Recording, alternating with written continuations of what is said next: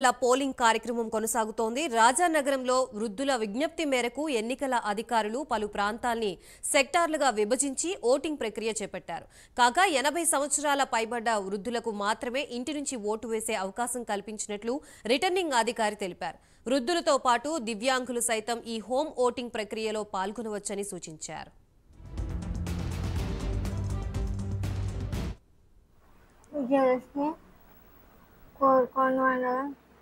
మీరుగట్రా రాజానగర్ నియోజకవర్గం ఇంటికి వచ్చి ఎంచుకున్నారు ఓటు. రాజానగర్లో పోలింగ్ బూత్ దగ్గరికి వెళ్ళి ఓటు వేసాను. చాలా ఇబ్బందిగా ఉంది. ఇప్పుడు చాలా బాగుంది. ఇంటికి వచ్చి వేసాను. నమస్తే అండి, నా పేరు డి సత్య. నేను డిప్యూటీ తహసీల్దార్ కోరకొండలో వర్క్ చేస్తున్నాను. ఎలక్షన్ నిమిత్తం నన్ను రాజానగర్ నియోజకవర్గంలో వేశారు. ఈరోజు హోమ్ ఓటింగ్ అనే ప్రాసెస్ మీద ఫస్ట్ రోజు అండి. అసలు కొత్తగా మన ఈసీఐ తీసుకొచ్చింది ఇది.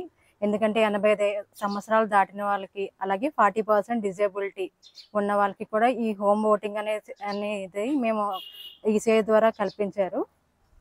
సో దీనివల్ల ఏంటంటే అండి, 85 ఏళ్ళు దాటిన వాళ్ళు ఎవరైనా, రాలేని వాళ్ళు ఎవరైనా ఉంటే మా విఆర్ఓస్ వాళ్ళ దగ్గరికి వెళ్ళి డీటెయిల్స్ తీసుకుంటారు. వాళ్ళకి మేము ఒక అప్లికేషన్ ఇస్తాము, అది పూర్తి చేసి ఇస్తారు. సో ఆ తర్వాత మేము మా ఓటర్ లిస్ట్లో మార్క్ చేసుకుని ఇలాగా రెగ్యులర్ ఓటింగ్ ఎలా జరుగుతుందో అలాగే మేము కూడా మా ఓటింగ్ స్టాఫ్ అందరూ, అంటే PO, APO, Oppo, micro observer, police సిబ్బంది, కెమెరామెన్ మొత్తం అందరితో కలిపి ఇక్కడికి వచ్చి ఓటేస్తాము. సేమ్ అలాగే ఇందులో ఇంకో విషయం ఏంటంటే అండి, మాతో సహా ఎవరైతే ఏజెంట్లు ఉంటారో వాళ్ళు కూడా వస్తారు. ఎందుకంటే వాళ్ళ సమక్షంలోనే ఇది జరుగుతుంది. ఓటింగ్ ప్రక్రియ అనేది మాత్రం సీక్రెట్గా వాళ్ళకి నచ్చిన ఓటు వాళ్ళు వేస్తారు. ఇది పోస్టల్ బ్యాలెట్ లా వేస్తారండి. సేమ్ అలాగే పీడబ్ల్యూడి కూడా సేమ్ అదే ప్రాసెస్ అండి. ఈరోజు కొత్తగా ఇదే మేము ఫస్ట్ స్టార్ట్ చేసింది ఇదే. ఈరోజే మొదటి రోజు.